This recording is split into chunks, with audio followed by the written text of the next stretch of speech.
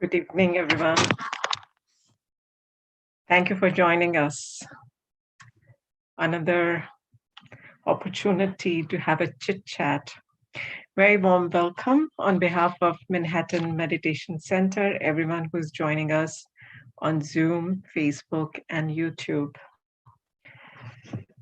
I think on East Coast, it's a very, very cold weather. It's a very cold day. Anything warm sounds very, very good, even if it's just a warm welcome online. I hope you guys are all bundled up and sitting with your cup of tea and coffee to listen to some words of wisdom, thought-provoking ideas, right? We'll have some fireside chit-chat. Even if we don't have a fire, thought will warm it up, warm us up. Manhattan Center is going to offer a Raj Yoga meditation course in February. The dates are February 7th to February 13th. The sessions are in the evening from 6 to 8 p.m. So we encourage you to register for it. Registration link is already on our website. I'll post the link in a chat in a little while. If you have already done the course, it's a good idea to do it again. I know I'm going to do it. And if you haven't done it, we encourage you to really do it and reap the benefit. Spread the words to friends and family. We are also offering Spanish translation for the Raj Yoga meditation course. So if you have any friends who prefer, Spanish language or they are Spanish speaking, please do encourage them to register and join. Recordings of today's talk, and the previous ones are available on Manhattan Center's YouTube channel as well as on the Facebook. If you choose to access it on YouTube channel, the playlist is titled Wisdom in Action. Manhattan Center also offers live meditation twice a day, Power Boost at 12 p.m. from Monday to Friday, and Good Night Meditation at 8 p.m. from Monday to Saturday, and on Sundays it is at 7:30 p.m. I hope all of you have tried at least once the live meditation. It's just for 15 to 20 minutes, and there are a lot of different ways people meditate, but in Raj Yoga meditation, we always sit with the thought. So the meditator always shares their ideas and thought on one particular topic and then lead you into meditation, which I think is a really helpful thing because it helps to parse your thoughts. So in case you cannot join live, we do have the recordings available again on YouTube channel as well as on Facebook page. So that's all for the announcements. Today's topic, recognizing truth. You remember the school days when we used to have multiple choice questions? Yeah, and Sister Matilda is reminding, thank you. Spanish translation is available for this talk also. So any one of you who prefer to listen to this lecture in Spanish, please choose that language. And Sister Matilda, thank you so much for the reminder. I actually noted down in my notebook and still missed it. So sorry about it. So coming back to the topic. In school days, I was remembering we used to have those multiple choice questions. I used to prefer those rather than where you have to write answers, short one or long ones, right? And then in multiple choice, sometimes it used to be just true and false. And it was even easier because you can just need to choose between the two. And it was easier because it was based on whatever has been taught to you, whether it's history or science or mathematics. And then when you go to college, you still get multiple choice questions. But then the context is a little bit more bigger. You have to a little bit think and then figure out what is right or wrong. When I was thinking about this topic, I was thinking that as we grow, definition or how you define truth changes. It was very confusing when the thoughts were coming to my mind. So when we are in higher grades, then finding true and false is not that simple as it was in the lower grades. This is when you have some reference as a text. Then also it becomes difficult, right? Before I switch to the non-text reference, I just wanted to quote two more things, right? Have you seen all those police, episodes or serials where there is a detective work and there's a police work, and then they are interrogating. Sister Matilda, I'll do my best to slow down more. Then where they are interrogating someone. And then what is the truth? Sometimes they know what the truth is, but because it cannot be proven, or the person whom they are interrogating doesn't say it's not the truth anymore, right? In the political arena, what is, and I am equating right with the truth. I don't know whether this is the right reference, but in political arena, whatever works for the benefit of masses, that becomes the truth. Right? We see debates about boundaries of countries. They say, oh, no, this is my area, the territorial waters. Is it, what is right, what is wrong, what is true, what is false? It keeps changing. And then as we grow, and we also hear there is nothing called right and wrong. There's nothing true and false. There is gray areas. That's another angle which gets added, which even creates more confusion, right? And then there is a lot of things we say, right? When it comes to non-textual, like where we have to come in interaction with people and we have to figure out what is right, what is wrong, what is true, or what is false. In reference to parenting, we say there is no book for parenting. There is no way to figure out, no, what is right way to raise children, what is. And again, I'm equating right with the truth. So the point is that it just keeps changing. And then I was thinking, is there really something which we can say is true or truth? Does it have any color, smell? Can we smell truth? Does it have any kind of, any other physical ways to recognize it? I think I'm babbling a lot today because I was thinking about it. I was not sure how do we recognize truth, because it's constantly, the criteria almost constantly changes, right? But in the end, I would like to say, in my experience, whenever we look at something from a spiritual perspective, it simplifies. And I don't know what that the criteria is from the spiritual point of view. We are going to hear that from Sister Sandhya. So today we have Sandhya Kanthan with us, who is going to share her thoughts, recognizing truth.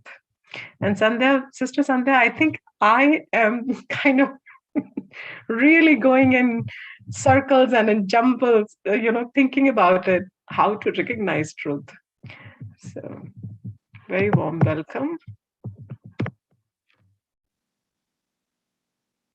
Good evening, Sandhya. Very warm welcome. Can you all hear me?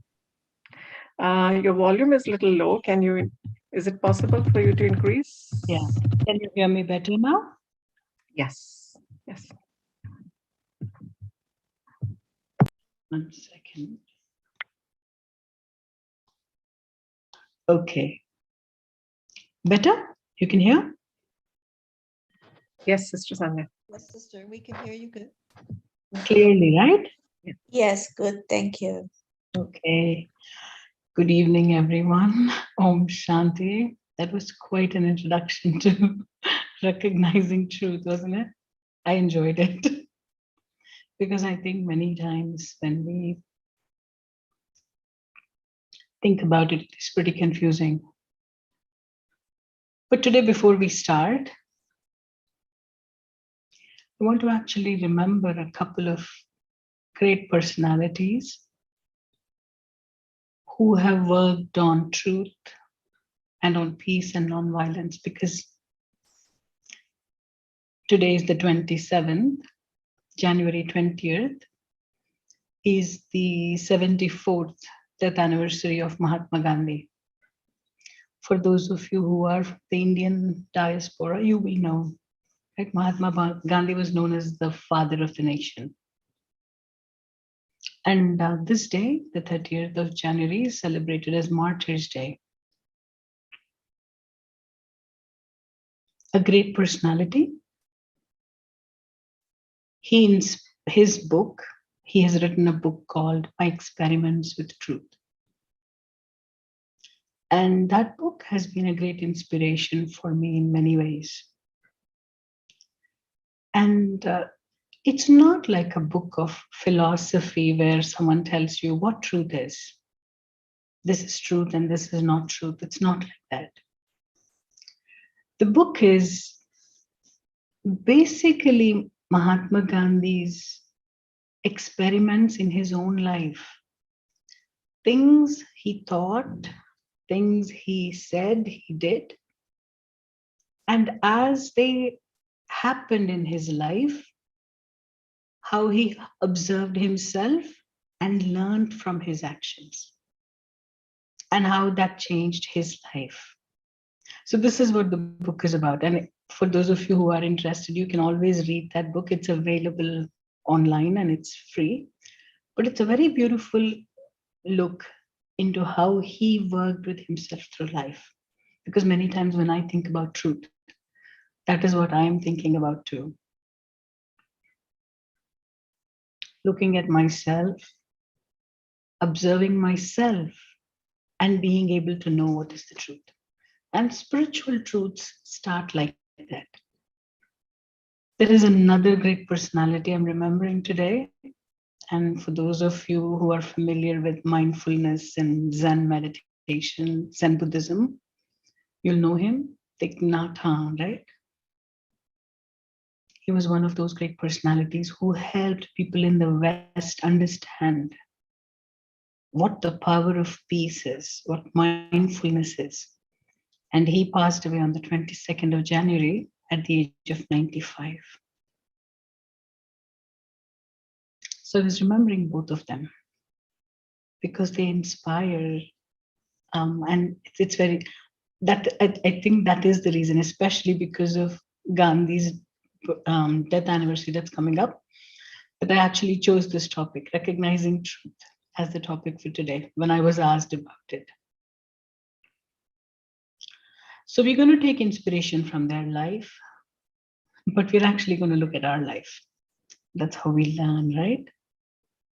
So for all of you, for a couple of seconds, I just want you to reflect before we even start looking into this. This is one thing I like about Sister Anita. Anytime there is a topic and she is hosting it, she actually reflects on it. It's very helpful to reflect, because when you start to reflect, then when anything is shared with you, it's very easy to grasp because you've already made like a pathway. You understand, like ways that have already been walked on are easier to walk on, right? Even when you're going for a walk or a trail, you're looking for a path that has been walked because it's easier. Reflection does that to us. When you reflect on something, it creates pathways in your mind. And then when anything comes in, it automatically fits in easily. So for a minute, I want all of you to reflect on this. What is truth to me? Not as in a general philosophical sense, but to me, what is truth? And how would I know it? How would I recognize it? Just for a minute, right? Relax. Don't think about anything else. Don't think it's a minute to involve in any other activity. Just reflect.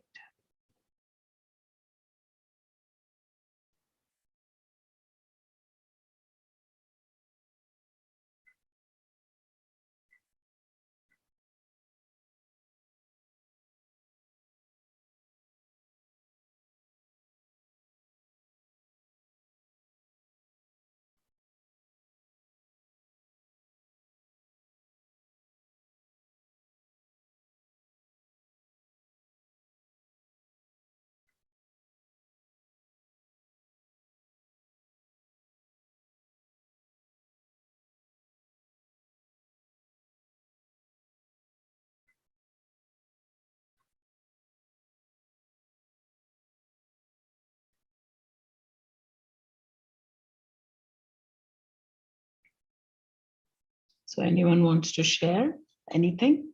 What is truth to you?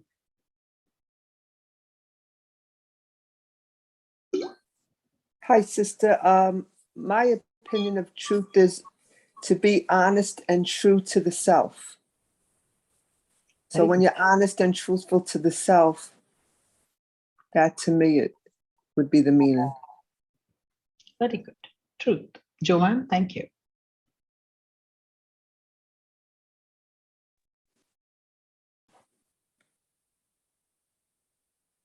Sister, Yes. I don't know how to define truth, but I can narrow it down by describing how I want to feel. So for me, truth is the way by which I can be happy, and there is no division or conflict, because what I'm thinking, what I'm feeling, and doing are all aligned. I don't have to hide or be secretive. And so then I will be happy, because I'm not trying to hide. Everything is out in the open. I don't have to be diplomatic. I can be original. So for me, truth would be simple and uncomplicated. Am I making sense? Very much. Perfect. I like Yeah. it. Very beautiful. Yeah. We will explore that as we go further. Thank you, Prabha, for sharing. I appreciate that. I know sometimes we second guess ourselves, but it's just, There are some, Sister Sandhya, there's some messages in the chat. If you're reading it, it's okay. Otherwise, I can read for you. And I'm not reading. Yeah.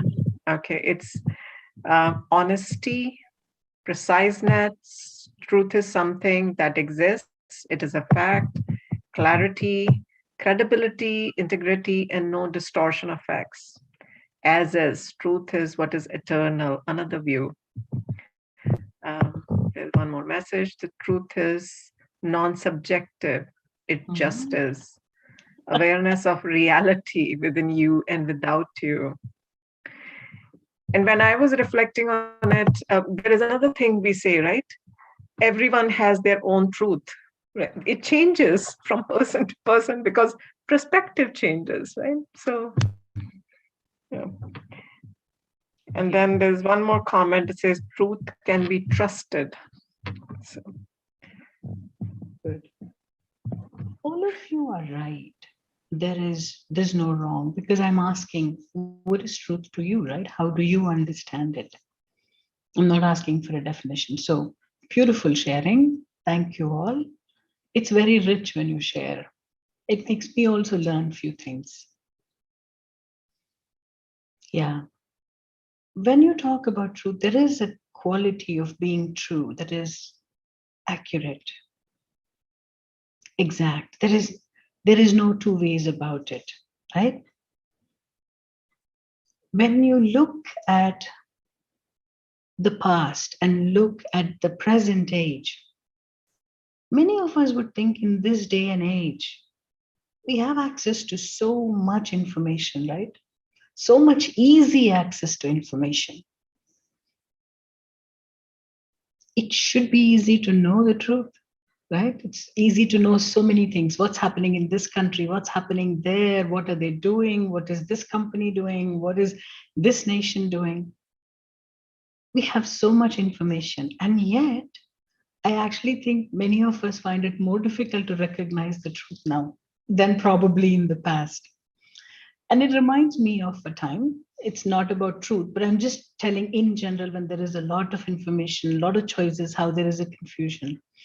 When I first came in from India, it was about, I think, 26 years ago, 25, 26 years ago. In India, in those days, there were just these little shops. You would go and tell them what exactly you need, and they'll pack it for you and they'll give it to you, and you go home. And then I went into a, one of those stop and shops. I just want to buy salt. That's all I want. And I'm looking at this aisle. There are so many kinds of salt. I don't know which one I want because I've never known all those. So I think in many ways, the lot of information that we have right now, and then we carry a wealth of information in our pockets, right? Our phone, you ask anyone anything, they take out the phone and they're like, okay, let me find out. But the more information we have, the more we are confused. So we know more, but it's like we can't understand enough. That's where we are right now, at least as far as I understand. And there is this quote, right? I'm reminded of this quote where it says, the more we learn, the more we know. And I think it's attributed to Stephen Hawking. The more we know, the more we forget. The more we forget, the less we know. So he always says, why bother learning? So when it comes to information and knowledge, there is an overwhelming body of information available to us right now. But when we are talking about truth, and I'm going to help take this as an experiment, so we don't just listen to each other, but we actually go deep to find the truth within us. So when we talk about information, facts, details, concepts, theories, there is a lot of that. But truth is not just information. It does start with information. It starts with knowledge, but it's more than just knowing what it is. It's a very deep inner knowing. And so we're going to kind of play with this today. But before I go there, again, I want you to reflect on something. Like when we relate to the world, right? You will always see we relate to the world based on how I see myself. And if you take a second, you will understand what I'm saying, right? If I'm a woman, I look at things in a certain way. If I think I'm an American, or I'm British, or I'm an Indian, I look at things in a certain way. If I think I'm a professional, I'm so-and-so, I'm a homemaker, I look at things. So many times, the way we look at the world starts with how we look at ourselves in our day-to-day life. So the first truth I need to know is the truth about myself, right? And I'm not going to tell you about the soul. If any one of you want to know about the soul, you will definitely do the foundation meditation. But we need to know about ourselves. So today, we are going to tune into ourselves to know ourselves. This is what we're going to do in our session today.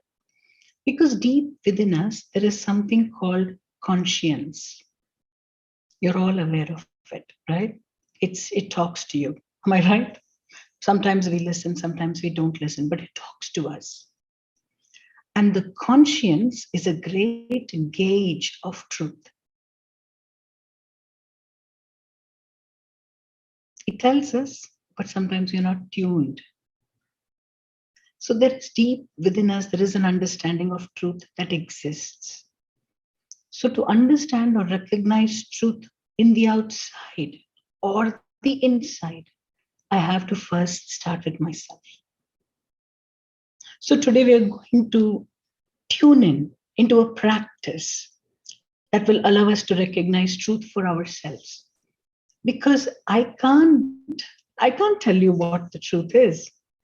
You will have to know, because it's not just information. If it's information, if it's knowledge, I can tell you.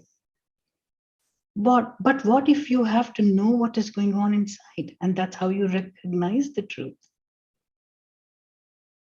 So we will do this together. This is going to be our experiment for this session, right? First, we will do simple ones. Let's take one example to start with. How many of you know, and you have to work with me on this, you have to talk to me, okay? How many of you know that healthy, nutritious food is good for the body and the soul? How many of you know this?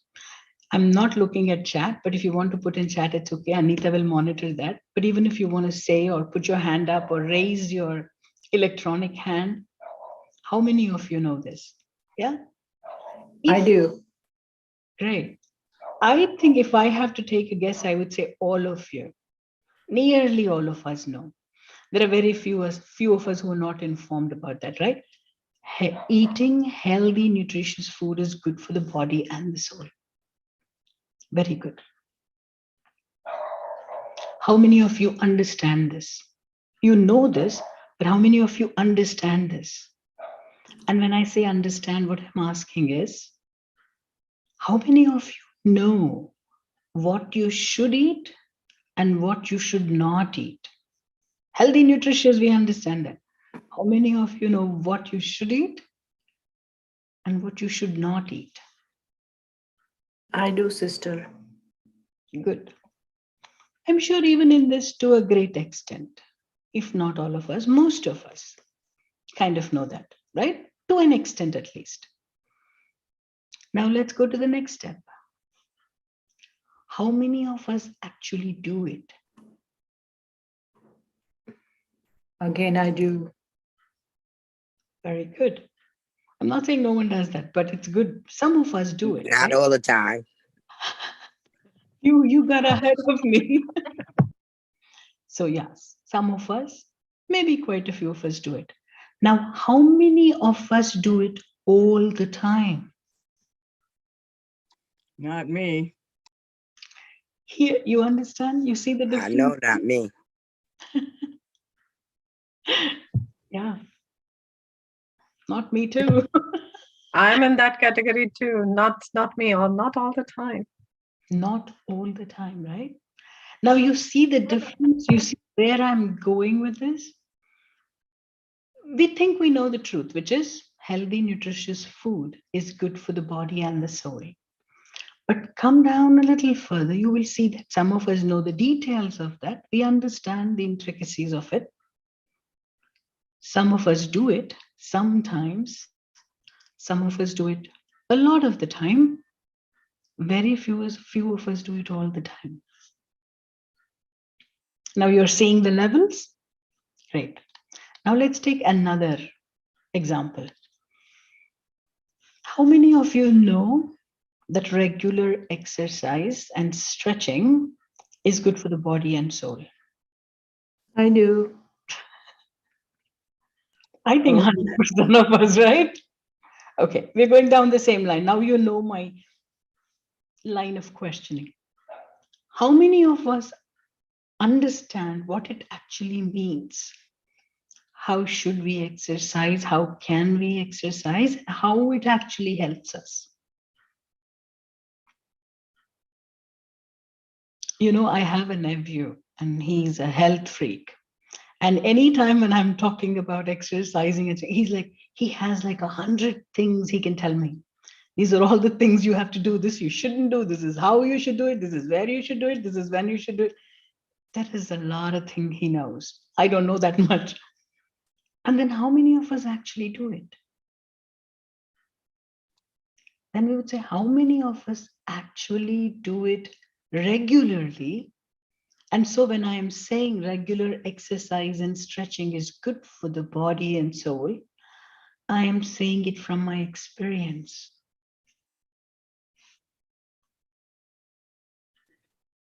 You understand? So truth has different levels. Many of us think at the first level, where I have this information, that's the level of truth. And that's why it gets very confusing. What is the truth? What is not the truth? Because we haven't gone much more further in that line. So today, when we are talking about spiritual truths, it is the same thing. How many of you have heard how many classes? There is so much knowledge. There are so many teachers. There are so many sessions. And I think especially with Zoom, it's like unbelievable. There is so much available to every one of us. There's no one of us who can say, if there is something I want to learn, I don't know where to go or how to learn. Everything is available. Am I right? But most of our knowledge, most of the truths that we know are at a very superficial level. We know, yes, that's how it is. But deep down, there isn't anything inside. There is just the intellectual understanding of what it is. So today we are going to do 5 to 6 simple steps. We will see how much time we have, and we'll do those accordingly. And for each step, and I am not telling you just the spiritual truths, I'm telling you the spiritual truth and how it makes a difference in your life, that you can actually recognize the truth. And that's what we are going to do. We'll see how far we go, and we will do that many steps. The first, and none of them are difficult. You know, the most beautiful thing about spirituality, it's very simple. It's not difficult, but there is something somewhere we miss, and that's why we struggle sometimes with it. So let's start with the first step. Are you all ready? Do you like to do it this way, or do you just want to listen to a lecture? Let's go for it. Let's go for it. I like that spirit. Sure. I think it'll be good. I mean, it'll be different from what you've done before, but you may actually get something out of it, something to practice. So let's start with the first one. This is an inspiration from Thich Nhat Hanh. And there are a lot of things I learned through listening to him. And the practices that I had learned from him and the practices I have in Raj Yoga, I kind of put it together and I use it, and it's very, very helpful. So the first one I'm going to say, notice, right? Noticing. In any spiritual path, in any effort you want to make, the first thing is this, to become aware, right? So let's start this. Work with me on this. I will guide you and then we will talk about it. So first, quiet down and become aware of your breath. Just your breath. Right now, you're not interested in anything else.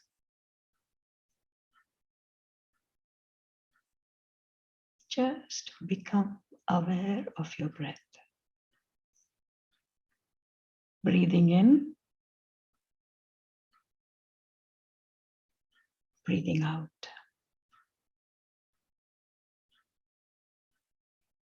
Just become aware of your breathing. We're going to call the breathing in as in-breath.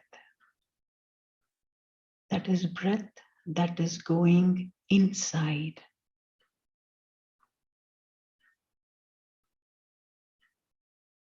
Breathing in, breath that is going inside. Become aware of it. Similarly, become aware of your breathing out.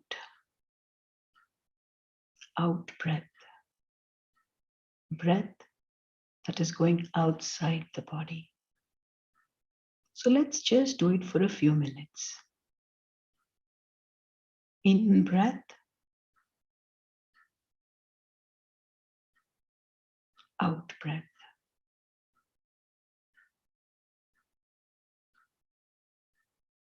In, out. In, out.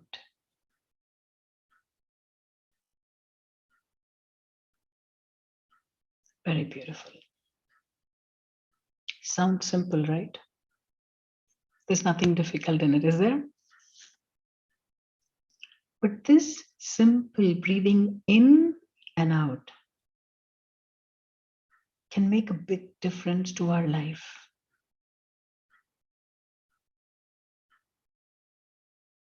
It teaches us a lot of things when we learn to pay attention and notice our breath. How does it do it? Imagine for a second if you did exactly what I asked you to do, which is breathe in. So you pay attention only to this breath that is going inside. This is all your focus is on. If you truly did this, right? Truly focus only on your in-breath, you will see that in that moment, you released everything else. There's nothing else going on in your world except for this breathing in. So unknowingly, in that moment, you have released everything. Your past, any regret of the past, any sorrow, any pain, any memories from the past that bother you. And in that same moment, you also released the future, any worries, fears, uncertainties that you have of the future. You released all of them because none of those are in your focus. Your focus is on only one thing, which is your in-breath and your out-breath. So when you do this, what happens? When you let go of everything in the past, everything in the future, everything else in the world, and you're just breathing and being, what happens? You become free. Free of all the things that were holding you, right? In that moment. So imagine just breathing made you free. And not only that, it also makes you feel good because you're taking deep breaths, right? In and out. That's the basic thing about doing this focus on the breath. Now, along with becoming free and feeling good, now let us see what else does it teach us. Anyone, we want to share anything about what it teaches us, just this practice of breathing in and breathing out? You know, it's one of the biggest learnings. And I was surprised because in the beginning, I used to do this breathe in and breathe out, and I never really understood. I did it because everyone was asking that's how you start meditation, and I did that. But it took me a little time to realize this is an art. Sister Sandhya, there are a few responses you want to hear. Please. One is mindfulness, peace. It teaches us to slow down. Very good. Teaches us to be aware of and be in the present. That's all right now. Very good. Very good. Thank you. That's what I was looking for. But I'm going to take you a little further than that. Because when you learn to become aware of your breath, which is something you do 24 hours a day all your life, but 99% of the time we're not aware of our breath. When you learn to become aware of this, and you're becoming aware of breathing in, that means what is coming inside me. And you're becoming aware of what is going out of me. Right? Now, when you know to do this right, this in itself can begin transformation in your life because it's a learning. You're learning to become aware of what is going inside and what is going outside. Now, from breath, it goes to every aspect of life. For the first time, you will start to notice what comes to you through your eyes and what goes out through your eyes. You understand? That means I start to notice what am I grasping from the outside through my eyes and what am I giving out. Similarly, when you are listening, you start to become aware of what you are allowing inside of you through your ears. You understand this? So just this little practice of becoming aware of your breath and focusing on it gives you a moment of complete freedom, makes you feel good. On top of that, it gives you the key. I need to become aware of every aspect within me where something goes out and something comes in, because this is what changes our life, changes our moods, changes our experiences.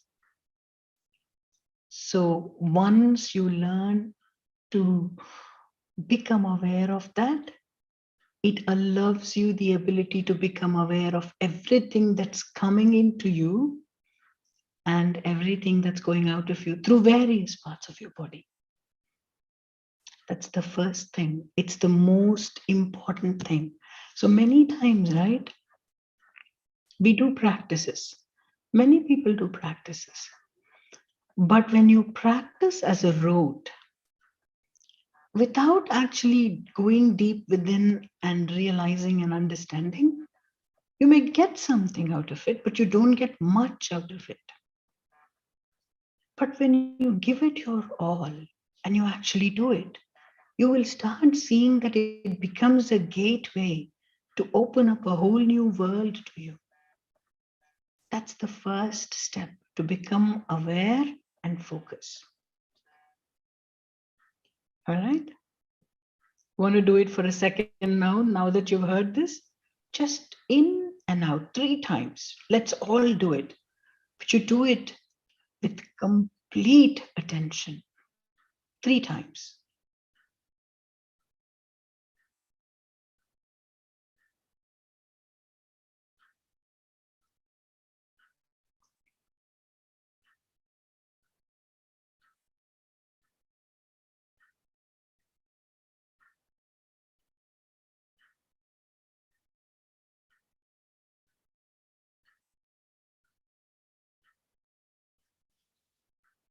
I will leave that with you to practice.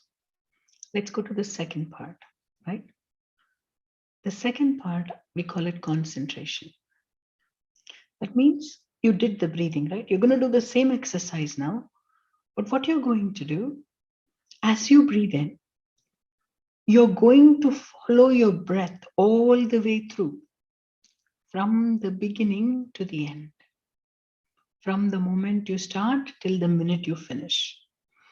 And then when you breathe out, you're going to concentrate on that from the minute you start to the minute you finish. You shouldn't let even a second pass by. You should focus on it. Right? Let's try that now 3 times. So it's again, you become aware, but your focus is completely on your breath. From the moment you start your breath until you complete. From the moment you start until you complete on your way out. 3 times. Let's do it now.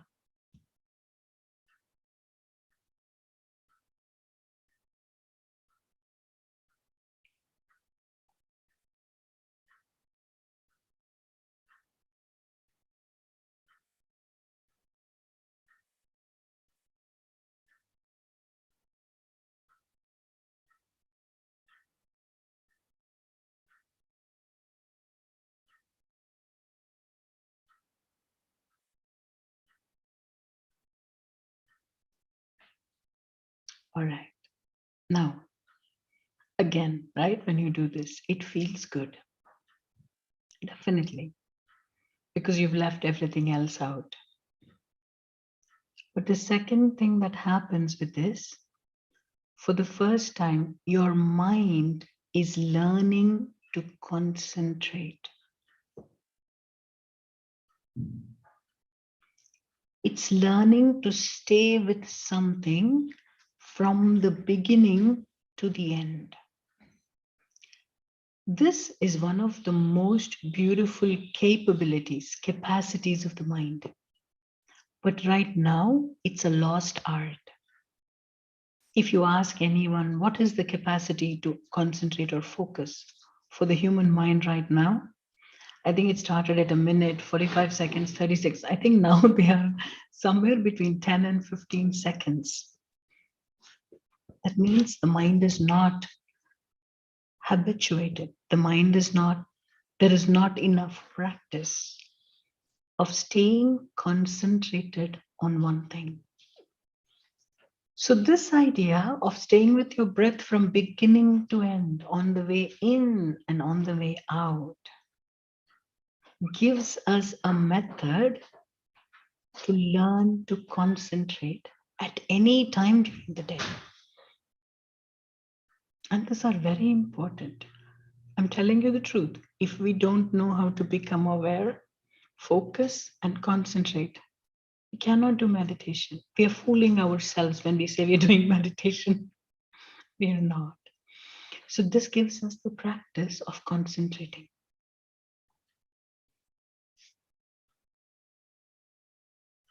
When I learn to concentrate on my breath,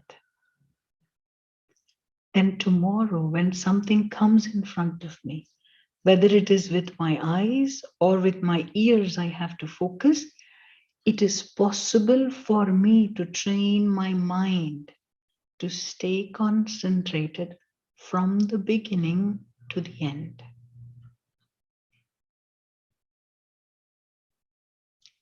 You understand this? So it starts with your breath. That's where the practice is, because you can do it anywhere, anytime. It doesn't matter because you're always breathing. You can do it anywhere. But when you do this, you're learning concentration. So you want to do it 3 more times before we go to the next? In and out, simple, 3 times, but stay with the breath. It's just like a second. It's not much longer. Maybe a second or 2 we breathe in, right? Or maybe 3. So you're going to start from the first, second until the third, and you're going to stay focused, stay concentrated. That's how it starts. It starts in small parts, small steps. Let's do it one more time. 3 times, right? Start.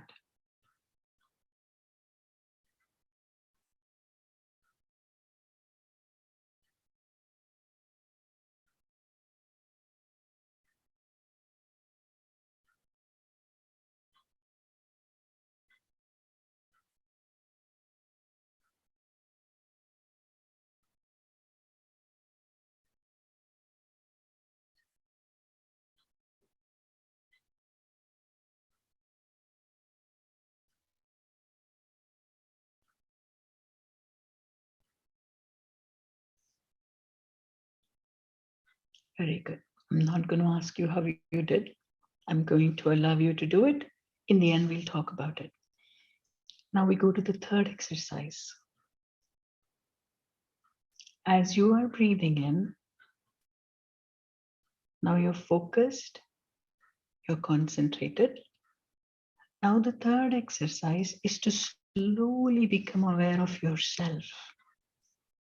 Now, as you go with your depth, with the depth of your brain, breathing inside and out, you become aware of this life energy deep within you. So at this moment, we become aware of ourselves. Until then, most of the time we're doing many things in life, right? Like when we're sitting in front of a computer, our focus is not on ourselves. We are not even aware we are there. We are only aware of what is around us or what is being shown to us, especially imagine you're watching a movie or listening to music or going out for a walk. Your focus is all on the outside. But this time, we are going to become aware of who it is inside that is seated. Same thing, but this time we're going to breathe 5 times. The idea is, as I'm breathing in and out and I'm staying with that focus, I just ask myself, who is breathing? Who is focusing? Who is the one who's becoming concentrated? Right? Let's do that.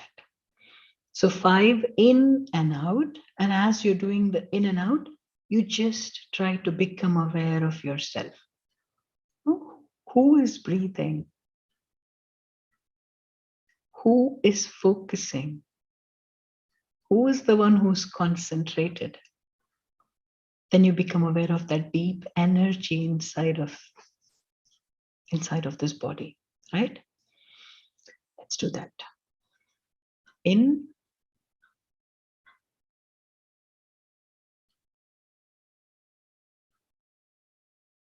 out.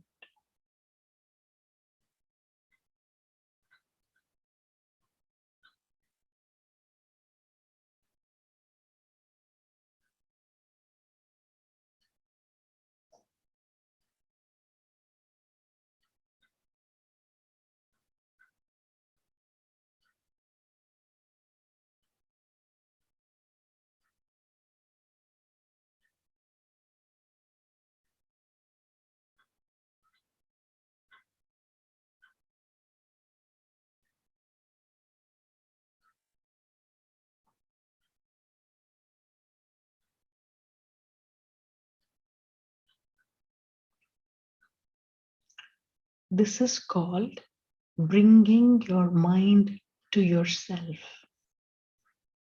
which means first you brought it to your breath, right? You concentrated on your breath. Now you bring it back to yourself because the mind is constantly focused on the outside. So now I'm bringing it to myself. I'm focusing on myself.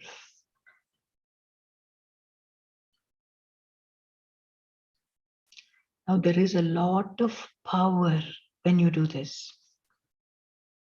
And we do this many times during the day. In the Brahma Kumaris, we call it traffic control. On the hour, there is a music that comes that makes you aware that, hold on, I have become unaware of myself. Let me become aware of myself.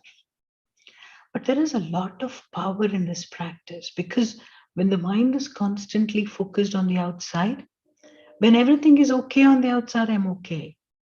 When something is not okay on the outside, that disturbance on the outside goes inside of me. And now I am disturbed on the inside. That's because my focus is constantly on the outside. So this exercise is a way to say, hold on, there are many things happening in the outside. When I want to focus on it, I will. But right now, I am taking my mind inside. Like, if there is a threat, if there is tornado, right? We don't have much in the East Coast, but in the Midwest, we have a lot, right? When there is a tornado, what do? They all go into the basement. They're safe until the tornado passes. So sometimes in life, there's so much happening on the outside that it feels like a tornado in your mind. This activity of taking the mind and saying, hold on, I don't want to focus on anything on the outside right now. There's a lot of disturbance. Let me first make myself safe. I take it to look inside of me. This is becoming aware of myself. This is the third exercise. Are you all enjoying it? Yes, yes. Yes. Great. Really great. Yes. Very good. But I feel better with the second one. I feel like I can concentrate more. Let's do one at a time. And I'm teaching you 6, but maybe I should do only 4, whatever it is. But try. This is how it starts. It's not about the listening. It's not about just the knowing, because the real truth is in the doing, in the experiencing. So that's why I'm taking you to the next. we'll do 4 steps and then we'll see how we feel. Let's do the 4th one, right? And maybe we can merge the 4 and 5 together. Because as you are breathing and you have let go of your past and your future, and your complete focus is on yourself now, right? At this time, you want to live your truth, which is, remember that I am the truth. This is my truth. I am peaceful. I am loveful. I am joyful.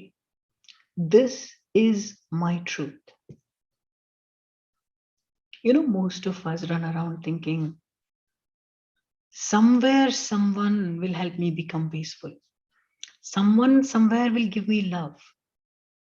Somewhere in the future, when I have a lot of money, when I paid off all the debts, the home, all my children are educated, I'm going to be happy. Trust me when I tell you it doesn't exist. If we are not happy in this moment, if we are not peaceful and loving in this moment, the possibility of that coming in the future is very far. So the next step is, after releasing the past and future, everything, just experience the peace and love and joy within you. Everything you need to be peaceful, loveful, and joyful is right within you. In the same way, everything that disturbs you is inside of you, because it was on the outside and I allowed it to come inside. So now it's inside me and it's disturbing me. So that's why we let go of it. We don't want it. We focus on just the peace, the love, and the joy that already exists within me. Because this is my home. This is my place, and this is how I want to keep it. What is allowed in there is the peace, love, and joy that originally existed there. Just live this truth for a moment. We don't have to do it for a long time. Let's do it for a moment. Same thing, 5 breaths, right? Just see yourself as this peaceful, loveful, and joyful being. No need to do anything else. 5 breaths, yeah.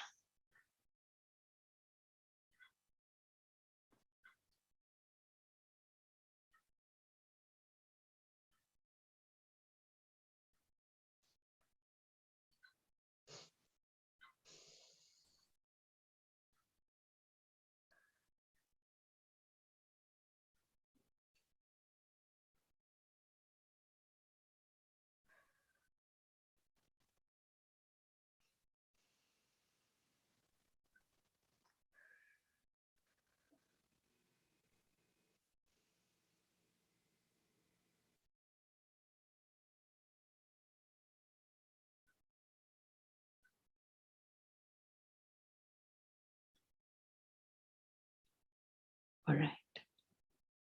Now, even momentarily, if you were able to stay in that space, you have a glimpse of the truth of your own self. Now we just have to build it. You know, deep in our consciousness, there is an aspect or a faculty that we call sanskars. Things that we have done in the past, things that we believed in, that have been told to us, all of those things in a very dormant state live in there. Usually they are just in there and they are just sleeping. We never know and we're okay. But once in a while, sometimes the seed is touched. Something happens on the outside that triggers that seed. And then the energy that is there in there comes out. So usually you'll see in a whole day, all the time, the person is peaceful and happy. Suddenly this energy of anger comes. Or this seed of disappointment, disillusionment with life. Something comes like that. These are all things based on some things that have happened in the past. They are stored deep inside ourselves in sanskars. So they come now and then and they erupt, and we don't know how it came. And it happens to me too. And I'm not talking only about you, I'm talking about myself too. I was just surprised 2 days ago when a feeling just came in like that. Someone said something, and I'm like, for a moment, I was shaken. So these things happen, this exist in there. But when they come out, we should not be afraid. We should know how to deal with them, right? But to deal with them, we need a lot of strength. These are all not truths. They've happened somewhere in the past. That means they don't even exist now, but they are there deep in my memories. So these practices that I do over and over again, in which I sit down and I experience myself as being peaceful, loveful, and joyful. What this does, this creates a seed inside of me that I am a peaceful, joyful, loveful being. The more you give it water, the more you care for it, the more it will grow. And when it grows well, it has a lot of energy. So when any other energy comes up, the others that I have built over a period of time, I will have the power to overcome them. But to get to this point, I need practice. You understand? That is why truth is not just about the knowing. It's actually about the practicing of it in our life. Because then deep inside of ourselves, what we believe in, what we know, where the energy exists changes. It shifts. And then from that space, when I look at the world, I can actually see the truth. When I'm not in my space of peaceful, loveful, and joyful being, I can't see the truth of anything in the world. Let's take an example, right? I am very angry or I'm upset about something. And you tell me, you ask me for anything, you tell me, or anyone comes in front of me. The way I behave, the way I look at everything that's happening to me will be different from when I come from a space of peace, love, and joy. This is who I originally am. This is how I deal with things. This is how I look at the world. But when those energies come in, my experience of the world, the way I look at the world completely changes. I can't know the truth from the falsehood because within me itself, there is a pollution of my own feelings. You understand? My own sanskars, my own old tendencies. And when that happens, I see everything in that same colored eyes. So if I want to recognize the truth about anything, anyone, about the world, first I need to recognize and live the truth that I am. So when you come from that space of truth, your experience of life is completely different. Then you will be able to recognize for yourself what is the truth and what is not. Right? For the one thing that's said about truth, a couple of things, right? Truth in Hindi, which is our language in India, they say Sach Mana Satya. It is the truth and it is forever. And if you have the power of truth, you will always dance. That means you will be constantly carefree. You'll be free of worry. You'll be fearless because deep within you, you know the truth about yourself. And the last but not the least, they say about truth, the boat of truth may rock, but it can never sink. One day or the other, it will be revealed. So it may go a little this way or that, but that will never sink. My being loving, peaceful, and joyful, this is the truth of life. And it'll allow me to see and recognize the truth of the life around me also. I want to leave you with that. If you have any questions, I know we are a little over time. I hope it's okay for me to stay on a few minutes if anyone has a question. Anita Ben, is that okay? Yes, it's okay. And we cannot leave without giving the chance for them to ask. So, Yes, I do. Sometimes, even though you keep telling yourself, I'm a peaceful, lovely, joyful, but then the mind plays the game and the ego flares up. And that's when you just want to prove your point, whatever the situation is. Because something like that happened to me yesterday at work. And then it takes little time to overcome that feelings. Yeah, it does. What I'm telling you is not something that's going to happen in a moment. Who asked the question? I kind of lost. This is Darshana. Darshana. Okay, thank you. So you start with the practice, but you start with the focus and the concentration and the awareness. When you do this, you've left many other things behind, right? Now you've built your strength.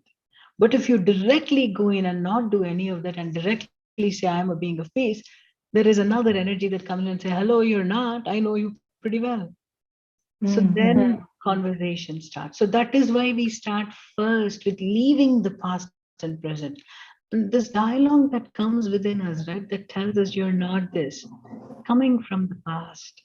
So that's why we leave those and focus in the present, in the now. When you start that and you're able to do it, then you progress a little, maybe a couple of seconds to start with. Go 10 seconds without allowing the mind to speak and tell you it's right or wrong. Then slowly build that capacity. This is what practice does. It builds your capacity, and it may be only 1 second at a time. But over time, you build a life of peace and love. You understand? Thank you. Thank you, sister. Sure. Yeah, someone saying the mind is sometimes like a demanding, spoiled child. You're saying sometimes? Yes. Yeah. But even these feelings that come, right, which are not very pleasant, which are not very easy to deal with, the first thing to remember is you should not be afraid. Who created them? I created them, right? Through ignorance or whatever it is. So they are actually my children. Yes. I have to take care of them. That means I have to give them the attention they need so they can be okay. You know, sometimes when a child cries, many times the mother has no idea why the child is crying. But when you hold the child, it kind of soothes them, it helps them.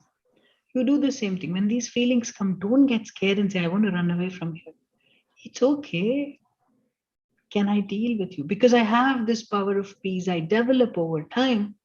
I'm able to take care of those and say, it's okay. Yes, there was a time when I felt like that, but I'm okay now. So you move on from those thought forms that trouble us. Yeah.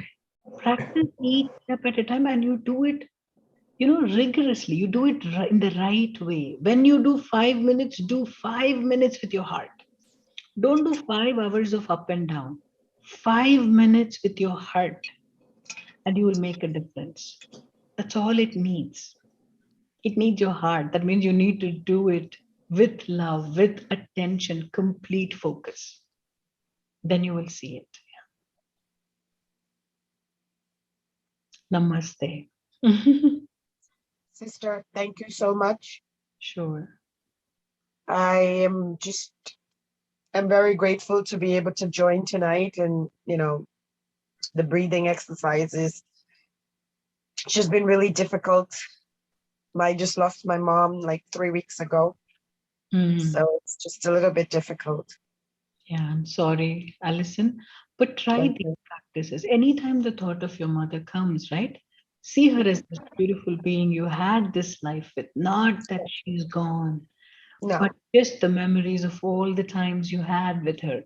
So, I know. yeah, you transform those feelings, you transform those memories and make them happy memories, make Yeah. them fulfilling memories. Yeah. Thank you. I'm trying my best, and I've been doing pretty good, Well, but every so often, that time comes, and I couldn't be there when she passed away. I couldn't be there for her funeral because I'm from the Caribbean, and it's very bad with COVID right now, so I really couldn't go there. But I am grateful for you and the Brahma Kumaris and all that you do for myself, and I'm sure for others. And I look forward to visiting the site in Manhattan as soon as the weather changes a little bit and gets a little bit different, because it's so freezing right now. And I want to learn not only, well, the breathing I've been trying with, but my one thing I really want to learn how to do is meditate. I don't know how to meditate. I do not have any idea. so the becoming aware, focusing, and concentrating Yeah. are the legs of meditation. To Okay. do meditation, this is what you need. So what I was telling you is not different from that, but just that I didn't talk about the soul and other things. But this is the steps you need. Once you learn to do this, meditation becomes simple. It's not a Okay. big exercise from there. Yeah. Okay. Thank you very much. And I will keep my eyes looking for more breathing exercises and Meditation. events like this, because I really need to be able to do this more. And thank you, everybody, for your condolences. I truly appreciate it very much. Thank you for sharing, Alison. Thank you. All right. Okay. If there are no other questions, Anita Ben, do you want to conclude, or you want to conclude with a couple of minutes of silence? I think, yeah.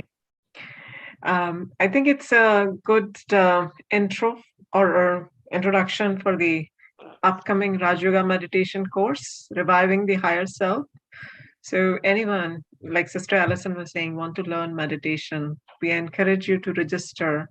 It's starting on February 7th. I posted the link. So that's all from my side. And I think we don't want to let you go. We still want to hear the last step, but maybe next time, Sister Sandhya. Okay. So Thank you for giving me the information about meditation. The only thing is during the day when if you're doing classes, I work full time, so I'm only available in the afternoon. It's So- evening 6 to 8 p.m. Sister, you go and look at the information on the website, please. Thank you so much. That's wonderful. Makes me happy. Thanks again. Yeah. Sandhya ma'am, please lead us in a meditation just for before we close. Yeah. So let's just quiet down ourselves, because when we talk a lot, we again come back into the outside.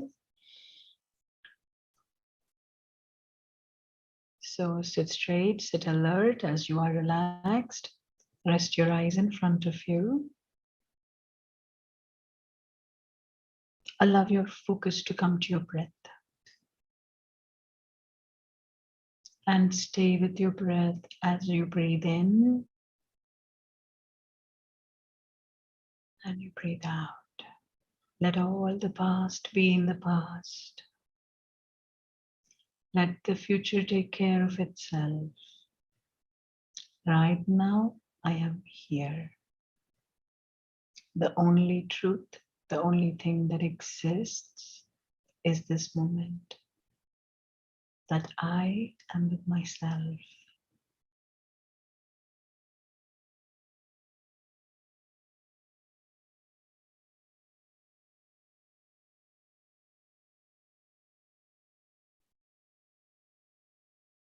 Stay with your breath.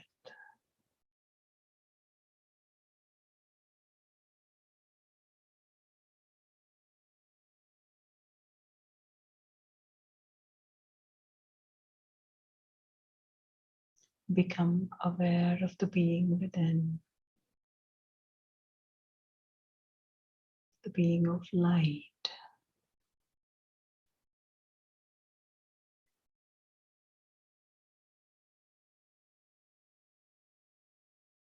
The the one who's experiencing life through this body. I am a being of peace.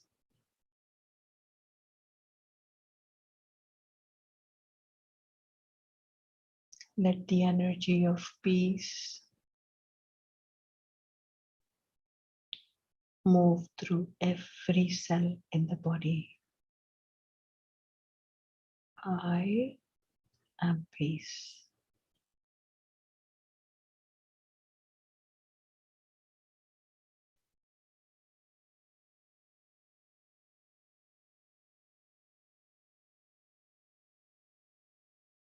In essence, it's possible for me to be still, not allowing the energy to move anywhere, just staying with myself here and now.